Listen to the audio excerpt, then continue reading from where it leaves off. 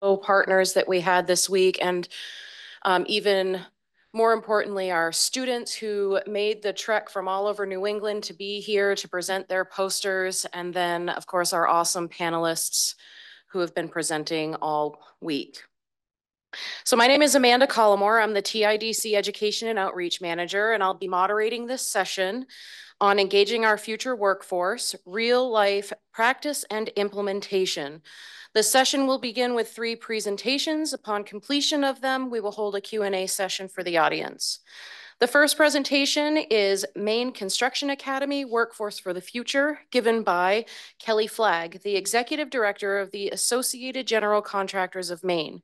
Kelly is born and raised in Wiscasset, Maine, and while she greatly enjoys traveling and seeing what the world has to offer for adventures, she has always lived right here in Maine. She graduated from the University of Southern Maine with a bachelor's degree in sports medicine with a concentration in health and fitness and has a minor in business. She has been a leader and an entrepreneur from the very start and has taken every business or public speaking class she could through her education and career. She has a depth of professional experiences that include general management and finance growth of several small businesses, including ownership of a small family-owned and operated landscape construction firm from 2003 to 2011. This led her to the construction industry in 2011 as the Safety and Human Resources Manager for CCB Construction, where she became truly passionate about employee development and training. Over the last 10 years, she has continued to hone her skills as a public speaker, leadership development trainer, and manager. She recently joined AGC Maine as the executive director and is honored to be serving as the AGC member companies and the Maine construction industry. Please join me in welcoming Kelly to the podium. I love being the last speaker of a conference right after lunch. Is everybody caffeinated? That's like the most important question. If you need to get up and get coffee, feel free anytime during the presentation.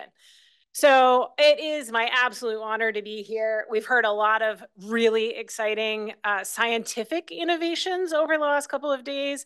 Now I'm going to talk about a place where the innovation is actually the simplicity of a program. So when I took this role 2 years ago, so in July of 2022, my first thing I did was I sat down with all of our construction companies and I said, what is your biggest issue? What is the thing you need from AGC Maine? My job is to serve you. And they all said, Augusta's great, legislation is great, like the things you do are important, but none of that matters. None of the money matters. None of the projects matter if we don't have people to do the work. And so thus was born the Maine Construction Academy. So I started in July of 2022. This program was launched or born in October of 2022. So we wasted 0 time. The challenge at the time is that construction made up 41.8% of all jobs gained in the state of Maine between 2017 and 2022.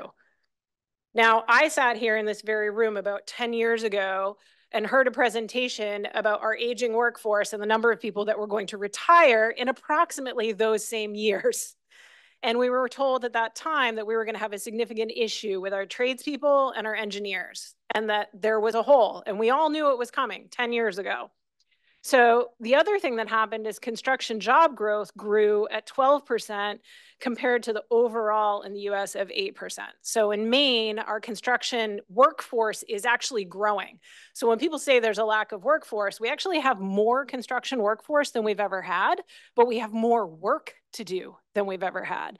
And so all of that combined with the investments in infrastructure, clean energy, and housing all at the same time creates what we all see as a need for workforce.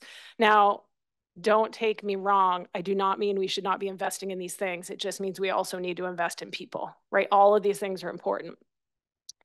So we immediately jumped to a response with 3 key things. One was to develop the current workforce. So who are the people in our current workforce and how can we further develop them to meet the current needs?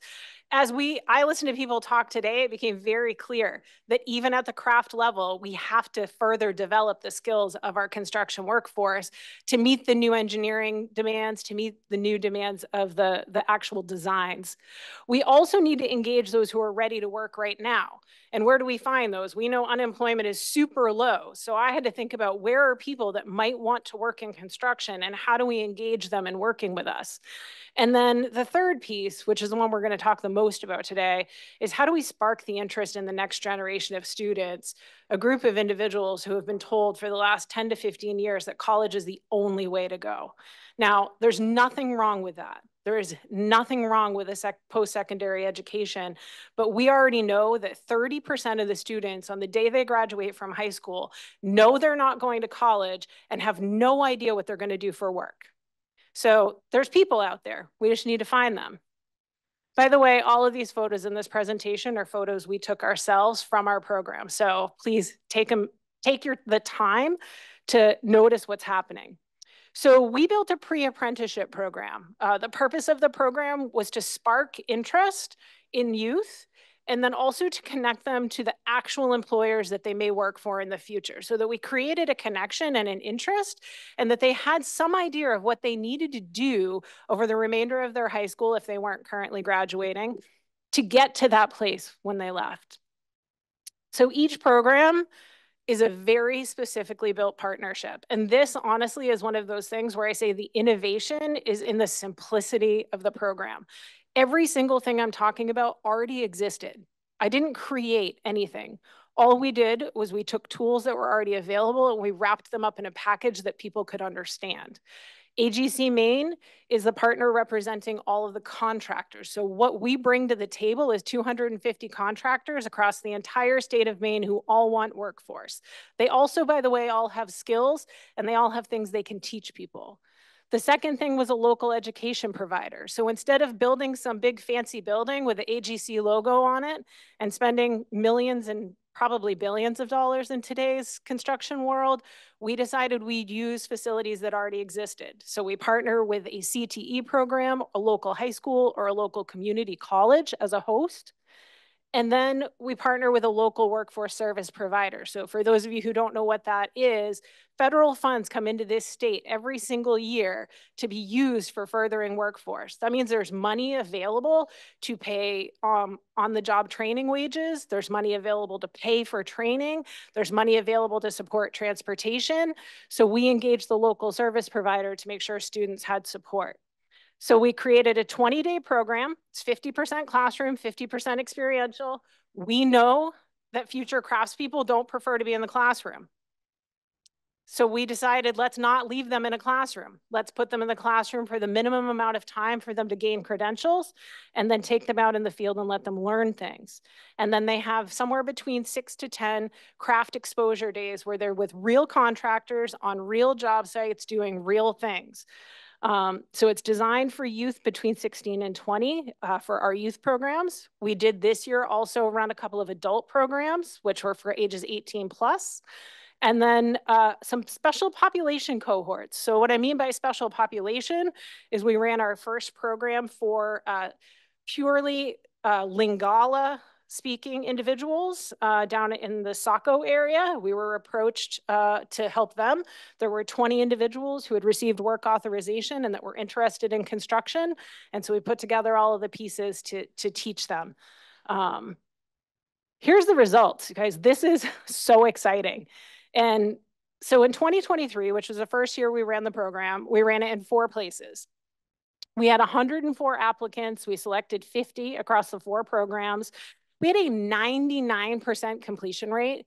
I would just like to pause there and say most of these students were ones that came with a recommendation from a teacher, but we were also told they're not that great in school. Good luck getting them to show up.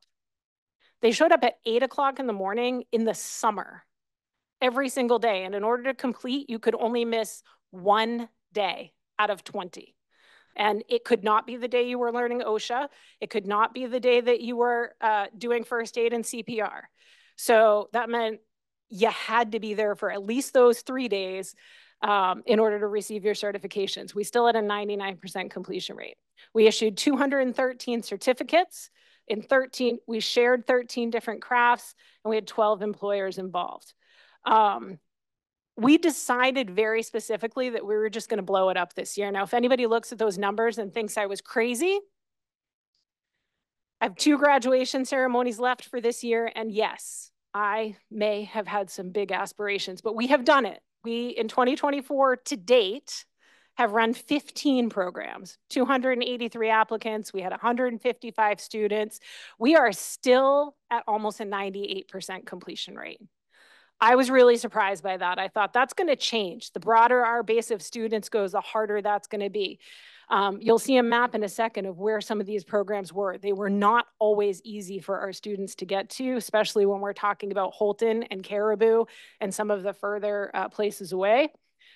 604 certificates. When I say certificates, you guys, those are real life credentials that these people have with them forever, no matter what they decide to do. So all of our students got certified in first aid and CPR for construction.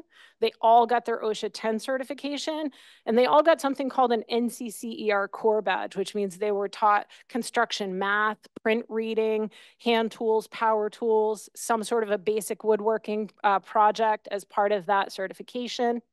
And this time we had 26 employers involved. So it's growing, right? The employers see the value. We also, as part of this, trained 9 new instructors to teach core and 2 new first aid and CPR instructors.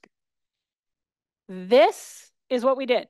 All the way from Caribou to Holton to Lincoln to Brewer and all the way south to Biddeford. I was asked last year when we were only running 4 programs, they were all south of Augusta. Somebody said to me, have you ever considered serving the county? And when I say somebody, I mean lots of somebodies said that to me. And so I went up to the county this past winter. I met with folks in Caribou and Holton, and I said, is there a need for this? And they said, yes, please. We want our kids to stay here. We want them to get out of the basement and to learn how to do something other than play video games. And the contractors said, yes, we want to recruit from the schools. How do we do this? Thank you. We have about 5 minutes left here. We're going to roll right through it. So I went up there several times. And for those of you, anybody from the county? Okay, we got a couple. Building a relationship is the most important thing. You cannot roll in there and say, I am from Southern Maine and I want to help you. They don't believe you.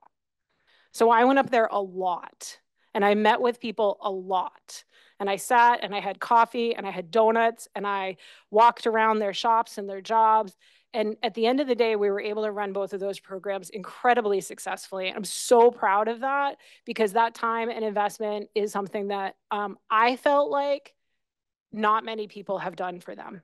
And so when we had our graduation, some of the parents were in tears. Like, our kids need this. And so we will continue to do that. I put a bunch of comments in here, but in the interest of time, I probably won't read them all. But one of them, the middle one, was probably one of my favorites that said, as a dad, I was so happy to see my son actually enjoying talking about the things he's learning. He's seen a few things he likes, a few things he doesn't. And over the last 3 weeks, I haven't had to push him out the door in the morning. He's up and ready to go. That is a change in who a student is, not just an interest in construction. And so one of the things we hear about is we need to celebrate a choice to do something different than college. That's what we do here. We celebrate these students from the moment they sign up to the first day, where they get a huge bag and a hat and a hoodie and all of the things. They get brand new boots. This next one, again, it's long. If you want to read it, I'll email it to you. But it basically is a note I got from the teacher in Caribou. And it says that some of these students had never had a new pair of shoes that cost more than $20. We took them to a local store. We bought them anything they wanted up to a $200 value. So they got to choose their own safety toe shoes, and we bought them at a local store. And we did that in every single community that we worked in. So they got all kinds of experiences, protective gear, they got their new boots, their OSHA class, first aid CPR. And then here's the fun part, you guys. They got to operate equipment. They got to see things. They got to operate cranes. That's probably my favorite part. They actually got to go up to the International Bridge. So for those of you in here who are bridge people, which is most everybody, they got to go up to the Madawaska Bridge and see that, and then learn about paving and safety management. So really, this video I'm not going to play because it's very, very slow tic-tac-toe using excavator buckets. We also now have a crane simulator in our office in Augusta. That is my tool to attract students who love video games to potentially being equipment operators. It is working, you guys. If somebody can concentrate on a video game, they can also concentrate on equipment operation. Um, and then one really important part is we included financial literacy. We teach them the basics of money. We talk to them about their bank account. They get paid $800 for completing the program. For some students, that's the biggest check they've ever seen. So we want to make sure they know what they're going to do when they get it. And then we help them build resumes, interview, and then they're guaranteed interviews. So the last day of the program, our contractors are invited back to the school, any school that they've presented to interview the students. And if the contractors are not available, we send the students' resumes to the contractors for a future interview. So we have students in all of these following crafts: bridge carpenters, heavy highway laborers, crane mechanics, welders, logging equipment operators. So it really, any craft that can be apprenticed that is related to the construction of the state of Maine is part of where our focus is. And we have 26 participating employers right now. And Sean is going to talk to you about how the DOT is going to be on that list next. So we've gotten a lot of really good press for this. That's just a pile of those. And I don't know if this is going to play or not, but I only have 1 minute left, so it might not. Are you able to press the play button on that video? All right, this is super short and really fun.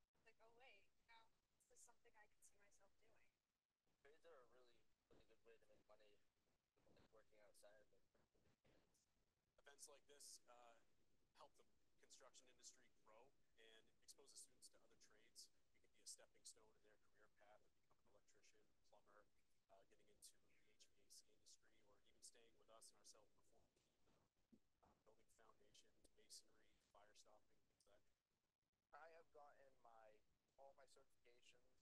I have learned how they make bridges like at MS Giles, and now I'm more interested in wanting to go into working on bridges hands-on as a crane operator.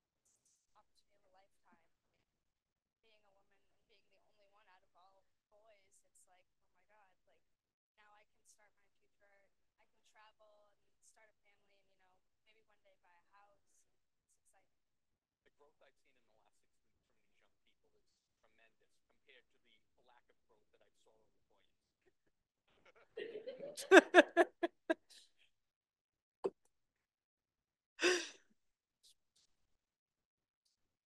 I think you're good. So my time is up, but I do just want to pause and say the young woman that was featured in this video had previously dropped out of high school. She completed our program. The school gave her a math credit for the construction math and print reading portion of the program, and it allowed her to receive her delayed diploma on the same day she graduated from the program. So to me, that tells the whole story. And then I will turn over the mic and happy to answer any questions at the end.